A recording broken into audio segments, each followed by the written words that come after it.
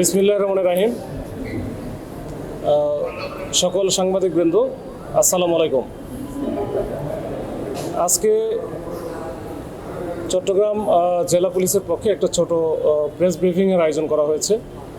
এই প্রেস ব্রিফিংয়ের মূলত উদ্দেশ্য হলো যে আমাদের চট্টগ্রাম জেলা পুলিশ আইন শৃঙ্খলা পরিস্থিতি স্বাভাবিক রাখার লক্ষ্যে, সন্ত্রাস দমন, জননিরাপত্তা নিশ্চিতকরণের লক্ষ্যে নিরলসভাবে কাজ করে যাচ্ছে। তারই ধারাবাহিকতায় আপনারা দেখেছেন যে পটিয়া উপজেলার যে কেলিশহর ইউনিয়ন আছে, ইউনিয়নের একেবারে প্রত্যন্ত এলাকায়, যেটা আপনার দুর্গম পাহাড়ি এলাকা, সেই এলাকায় আমাদের ডিবি পুলিশ, বিশেষ করে অতিরিক্ত পুলিশ সুপার ডিবি ইব্রাহিমের নেতৃত্বে একটা দুর্ধর্ষ অভিযান পরিচালনা করা হয়। এখানে আসলে অনেক রকমের ঝুঁকি ছিল, প্রতিকূল পরিবেশ, বৃষ্টি ছিল। যেহেতু এইখানে দুর্গম এলাকা, এই দুর্গম এলাকায় যারা সশস্ত্র বাহিনী আছে তাদের একটা সম্ভাব্য একটা প্রতিরোধের ঝুঁকি ছিল। এলাকাটাও অচেনা ছিল। সব কিছু বিবেচনা নিয়ে আমাদের যে টিমটা অভিযান পরিচালনা করেছে, ডিবির টিম এবং সাথে পটিয়া থানার টিম, এই দুইটা টিম একটা দুঃসাহসিক অভিযান পরিচালনা করে সকল পরিস্থিতি মোকাবেলা করে আপনারা দেখেছেন যে সন্ত্রাসীদের দখলে থাকা যে অস্ত্র, বিশেষ করে 4টি আগ্নেয়াস্ত্র সহ তাদের অন্যান্য যে দেশীয় অস্ত্র যেগুলো আছে, যেটা দিয়ে তাদের সাধারণত বিভিন্ন সময়ে মানুষকে ভয়ভীতি দেখানো, এলাকায় ত্রাসের রাজত্ব কায়েম করা বা সন্ত্রাসী কার্যক্রম পরিচালনা করা। বিশেষ করে আপনারা দেখেছেন যে এই পাহাড়ি এলাকায় তারা একটু নির্বিঘ্নে এই কাজগুলো পরিচালনা করে থাকে। তো সেইখান থেকে, তাদের দখল থেকে আমাদের এই যে আপনাদের সামনে দেখতে পাচ্ছেন যে এগুলো আমরা উদ্ধার করেছি, এবং সেই সাথে যে 2জন সন্ত্রাসী যারা এই ধরনের কার্যক্রমের সাথে নিয়মিত জড়িত বা সম্পৃক্ত আছে, তাদের 2জনকে, দেলোয়ার এবং মহসিন নামে 2জনকে আমরা গ্রেপ্তার করেছি। এটা মূলত কেলিশহর যে ইউনিয়নটা আছে পটিয়া উপজেলার, এই কেলিশহর ইউনিয়নের একেবারে প্রত্যন্ত এলাকা। এটা ওই যে স্থানীয়ভাবে সাতিভাঙ্গা এলাকা, মানে সাতিভাঙ্গা, এই সাতিভাঙ্গা এলাকা বলে পরিচিত। এখানে আফসারের একটা বাগান আছে, এই বাগান থেকে মূলত এটা উদ্ধার করা হয়। তো আমাদের যে মেসেজটা হচ্ছে, এই চট্টগ্রামের দুর্গম এলাকার সুযোগ নিয়ে অনেক ছোট অনেক বাহিনী বা অনেক সন্ত্রাসী গোষ্ঠী গড়ে উঠেছিল। তারা তাদের কার্যক্রমগুলো পরিচালনা করে থাকে। আমরা আমাদের এই জেলা পুলিশের পক্ষ থেকে এই সকল রকমের সন্ত্রাসী কার্যক্রম, সকল রকমের এই গুন্ডামি, এগুলোর ব্যাপারে আমাদের যে জিরো টলারেন্স নীতি, সেইটারই ধারাবাহিকভাবে আমরা বজায় রেখেছি এবং ভবিষ্যতেও বজায় রাখবো। এবং কোনো সন্ত্রাসী বা কোনো রকম অপরাধী যে তাদের অপরাধ কার্যক্রম করে যে পার পাবে না, এইটা আমরা মোটামুটি নিশ্চয়তা দিতে পারি। এবং এটা হয়তোবা খুব আমাদের সূচনা মাত্র।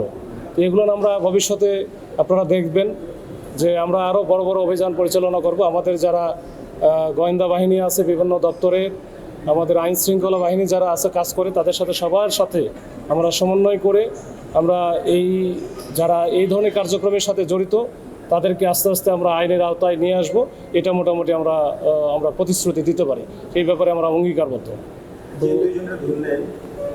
বললেন যে এখানে বেশ কিছু বাহিনী গড়ে উঠেছে, তারা কোন বাহিনী, তাদের এই কোনো মামলা আছে কিনা, অস্ত্রগুলো, এতগুলো অস্ত্র তার 2জনের কাছে পাওয়া গেছে, নিশ্চয়ই তারা কোনো একটি বাহিনীর সদস্য কিংবা তারা বাহিনীর লিড তারা দেয়, সেটা একটু আমাদের। এটা আসলে ওই যে স্থানীয়ভাবে কিছু গড়ে ওঠে, যে ওই স্থানীয় এলাকায় তারা কিছু আধিপত্য বিস্তারের জন্য এগুলো গড়ে ওঠে। যেমন ওই যে পটিয়া এলাকায় ওইটা যেটা আমরা ধরেছি, তো এইখানে যে 2জনকে ধরেছি, এর সাথে আরও অনেকেই জড়িত আছে। আমরা এখানে তাদেরকে অস্ত্রটা দিল কে, কোন কাজে ব্যবহারের জন্য দিল, এইগুলোর আসলে আমরা আন্ডার ইনভেস্টিগেশন আছে। আমরা এগুলোর সবই আসলে বের করব। এবং এদের যে মূল হুতাগুলো, এদের কাছে আরও বিভিন্ন রকমের অস্ত্র আছে, আগ্নেয়াস্ত্র আছে, আমরা জানি। তো সেগুলো যেন আমরা নিয়ে আসতে পারি, ওই জন্য হয়তোবা এই বিষয়গুলো সবই ওপেনলি খোলামেলা আমি বলতে পারতেছি না। তবে এটা আমাদের একেবারে ক্লোজ মনিটরিংয়ে আছে এবং এটা নিয়ে আমরা কাজ করছি। না, নামটা আসলে ওইভাবে এরা যেটা বলতে চাচ্ছেন হয়তো ওই লেভেলের না। কিন্তু এদেরকে এটা বললে আবার ঝামেলা আছে, এটা আবার ফাঁস হয়ে যাবে বা তারা সতর্ক হবে। তো আমি ওই বাহিনীর নাম বলতেছি না, যে যখন আমরা আবার আইনের আওতায় নিয়ে আসবো তখনই বিশেষ করে আমরা এগুলো প্রকাশ করব। এখন এটা প্রকাশ করলে হয়তো বা তারাই সতর্ক হয়ে যাবে বা ভবিষ্যতে ওরা পাবো না। ঠিক আছে। এই অস্ত্রগুলোতে কি কি কাজ করতে তারা পারে এবং সামনে নির্বাচন, স্থানীয় সরকার নির্বাচন আসতেছে, সেক্ষেত্রে আমরা কিছুদিন আগেও দেখেছি রামগুনিয়ার একজন চেয়ারম্যান তাকে কীভাবে মারা হয়েছে। এগুলো কি সেই ধরনের কাজে ব্যবহার হতে পারবে কিনা এবং সেগুলোর জন্য কি মজুত করা হচ্ছে কিনা? একটা তো হচ্ছে অস্ত্র, তারপর দিয়ে এটা হচ্ছে অবৈধ আগ্নেয়াস্ত্র। তো এই অবৈধ আগ্নেয়াস্ত্র তো অবশ্যই অবৈধভাবেই ব্যবহার হবে বা ব্যবহার হতে পারে বলে আমরা ধারণা করি। এবং এটা তারা স্থানীয় প্রভাব প্রতিপত্তি বজায় রাখার জন্য, তারপরে তাদের যে বিভিন্ন রকমের গ্রুপ আছে, গ্রুপের মধ্যে তাদের নেতৃত্ব বা প্রতিষ্ঠা করার জন্য, আবার বিভিন্ন রকমের যে অবৈধ কার্যক্রমগুলো আছে তাদের এই অবৈধ কার্যক্রমগুলো যেন সুষ্ঠুভাবে তারা করতে পারে, এইটার এই সেসব ক্ষেত্রে তাদের পক্ষে, তাদের প্রতিপক্ষ হিসেবে যারা দাঁড়াতে চায় বা আছে, সেটা তাদের ওই সন্ত্রাসী প্রতিপক্ষ হইতে পারে, আবার ভালো মানুষও হইতে পারে, তো বা ওই এলাকার লোকজনও হইতে পারে। এই সব ক্ষেত্রে তারা এটা ব্যবহার করার সম্ভাবনা আছে।